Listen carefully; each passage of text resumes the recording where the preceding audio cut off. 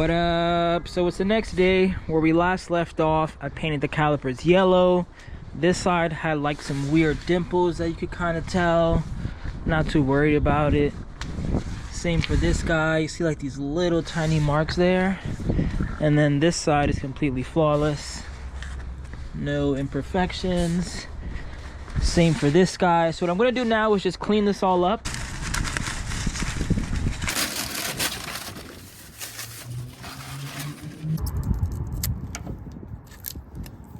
And after some long thought, I am not gonna install Underglow on this car. I'm not gonna own it for too long, and I know the comments are 50-50. Some people think Underglow is cool, some people think it's ricey. I personally love it, but seeing how I'm not gonna own this for even like 2-3 months, I figured I'd leave the car just like this. I am gonna add Underglow on the Cappuccino though. I've owned it since October. I'm probably gonna own it to the next October, maybe the next. And this car, in my opinion, needs Underglow. What I want to do real quick though is test fit these. I think the stubs are too short, but I ordered some different lug nuts on eBay. These are a lot deeper, as you can see, and it looks like it fits. I mean, not really actually. I put it on the Facebook group and they said that this wouldn't work. I need to get specific raised lug nuts for the C Ultras. So I guess I gotta pay $125 for lug nuts, or just get some longer studs, but I think I'm gonna put that most likely on the Mira, so I'm not really too pressed to order that now. But if anything, we can not even test fit, we can actually put the rims on that are gonna stay on the Alto, which are these bad boys. So let's see if we can get an idea what it looks like with these on there. Nope, doesn't work. As expected, kind of a waste of 30 bucks, but it is what it is. I do have to say, initially I thought it looked ricey, but I think with the yellow calipers and the car just jacked up, I don't hate it. I definitely don't hate the way it looks. But let's take these off, get the proper wheels. Just look at that though. I gotta hurry up and just make that swap already. So I bought this Honda Z a couple weeks ago. Shout out to 844 Imports. And I got it mostly because I wanted to do like the Z, the Minica, and the Motocompacto. I kind of knew what was going to happen. I knew the winner was going to take the Z, which happened. And I figured for 50 bucks that they were definitely going to take the Motocompacto as well. But the winner didn't take it. She ended up taking just the money, which was like, what should I do now? Should I open it? Should I ride it? Should I make some videos on it? Like, it's literally never been open.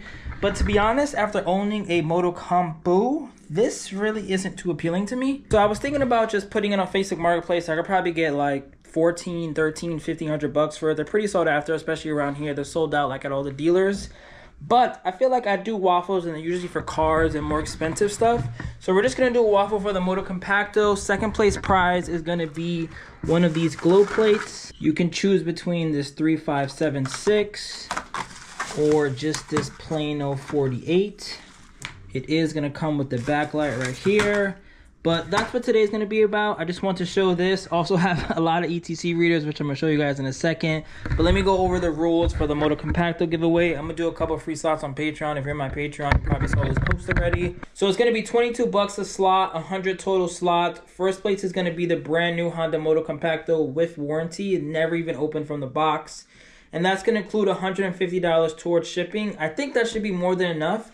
But because of the battery size, it can't go on a plane. So it can go only like UPS ground or FedEx ground. So $150 is going to go towards shipping the Honda Motocompacto. Second place is going to be one of these two glow plates. You get to choose, and it comes with the backlight. Third place is going to be 100 bucks. It's going to start while you're watching this video. And that's pretty much it. Pretty quick, straightforward. I did the whole car, Honda Z and Minica, and that filled up in 7 days. I feel like one for $22 is going to fill up just as quickly.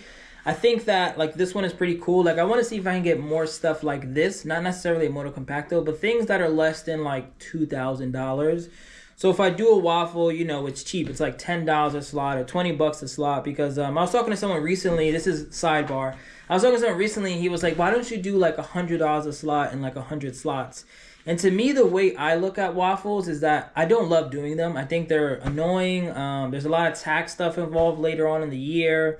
And for me, the way I look at it is just a way to sell my car and kind of accelerate that process. For example, like for the Minica, I know that I could have definitely got more than $3,600 if I did a $5,000, $6,000, $7,000 waffle and added the glow plate, added the Motocompacto. but that might take 2, 3, 4 weeks, maybe even 1 week. You really don't know. But the mystery of that to me is like, you know what? I'll take $3,600. I'm probably making no money on that car, but it's quick. And like now I can pay the Alto that I just got. And for me as a content creator, it's really about the speed and getting things done in a timely manner. I don't have time to sit on the Minica and the Motocompacto. Like, I mean, this isn't really making any difference to me. I kind of want to do it just because it's fun. But that's how I look at it. Like, I look at the slots, like I always want to keep them under $50 because to me, it's kind of like I spend $50 on way stupider stuff. I spend $22 on stuff that is like scratch offs or like a big lunch or something like that. And there's a 0% chance that I can win a Honda Motocompacto. So that's kind of why I do it so low. I think I do it relatively fair. I do 3rd, 4th, 5th place prizes. I do free slots. I do all that stuff. But that's an update on this. I now want to show you everything behind the camera. I ordered a lot of stuff for the Mira. And speaking of Mira, Rodrigo sent me pictures yesterday that the timing belt, water pump, spark plugs, air filter, battery, oil change has been done. And it's now soon. I just got to get a slot on the boat. And then it's soon to be in New York. Well, not soon, like 5, 6 weeks. But it's going to be here, he said, early May. So my goal is to get the Alto sold by then because I really just want to focus on the Mira and the Cappuccino, and that's it. In front of me, we have maybe 20, 25 ETC readers.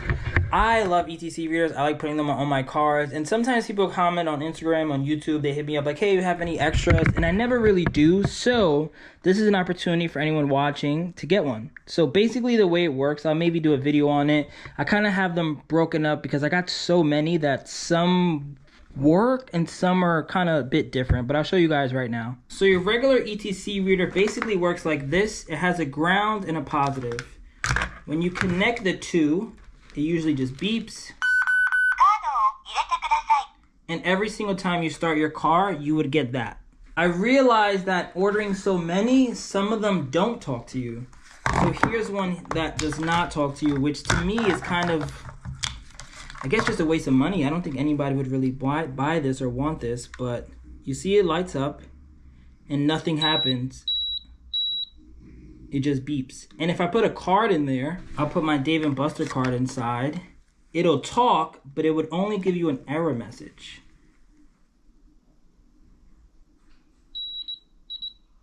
Oh, this one gives you a beep. It doesn't even talk to you. So that, not very fun. And then we also have this guy, which is a combination of both. It lights up,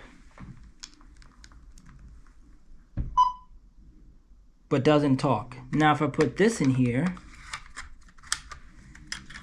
it now lights up and talks.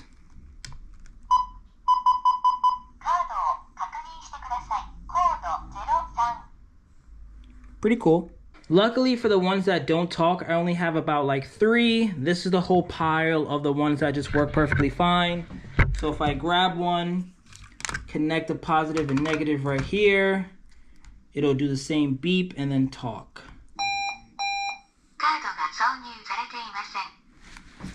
And then I realized that I have even a different option. So this one is maybe for the person who only wants to flex on their command.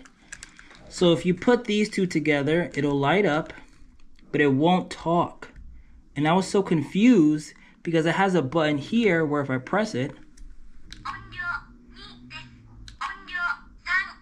well, I guess it's the volume now that I think about it.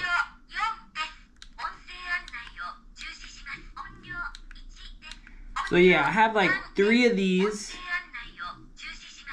that talk when you press that button. So in my opinion, not as cool. Luckily, out of my horde, like I said, most of them work. So that's that. If anyone wants an ETC reader, I think I'm gonna put them on my website. I'm probably just gonna put these. I'm not gonna put those because I don't want anyone to get confused. But if you want one of these, hit me up. I'll sell it to you for much less. These are gonna be on my website for $60. But if you're watching this video, enter that code and they'll be $50 shipped. And then these are the ones that don't talk at all. If you want that, message me. I can sell it to you for like 25 bucks and just pay whatever. And then that's pretty much it ETC reader wise. Now let's talk about all the Daihatsu Mira stuff that I bought. So I got new taillight lenses. These were like 30 bucks. Got to make my car look spiffy. Got some springs because I want to drive mine very far and I want it to be cozy. This was about like 200 bucks. And then This is a front strut bar. You guys know I love me a good old strut bar. And then this is the grill that's for the Daihatsu Mira. This is not for my car. I'm told countless times that it's not gonna fit, but we're gonna make it fit. And then here's that book. It's for the older generation Mira walkthrough. It's not for mine, sadly, but it's still pretty 90s and cool. You can see by their outfit. Hawaii plate, New York plate. Look at the cord phone. But this is an old Daihatsu Mira brochure. It's for flower shop. I'm assuming that this just tells you there's a couple different ways to get in and out. Same with this little diagram. It's like showing you, you know, I don't know why I would tell you how to get out, but, you know, get out your seat, go to the back, and then you could leave that way, or you can go that way. If anyone reads Japanese, maybe you can pause the video and tell me what it says. But then we got some surfboards over there. Pretty cool. 550cc. I don't have that, luckily. Automatic stick shift. I wish I had that. And then it shows you the options, which is pretty cool. So you can get it with no seat in the back, the little one-seater, or like a full two-seater, which is pretty cool. But that's pretty much it. Oh, let me show you the car, actually. I put the wheels on. I'll show you guys that before I end this video. I'm not going anywhere today, so I'm probably not going to drop it, but I do love the way it looks. I think with a taller tire, it'll fit even better. Although it's in the air, I kind of have an idea of what it's going to look like. But I like it. Much better than the other ones. I know it's definitely not going to rub. Probably going to feel a bit quicker now. And I think future-wise, I have this radio here that I might install. It's a double din. Get some Apple CarPlay in there. If not, I'll probably just give it to the new owner. This is for the cappuccino. And then now we just wait for my parts to come from the Alto. All my Mira stuff is here. But we got that blow valve, strut bar, spark plugs, a bunch of stuff. I don't know. Stay tuned for the videos. Like, comment, and subscribe. Road to 30K. Peace out. Remember the name. This is way before the fame.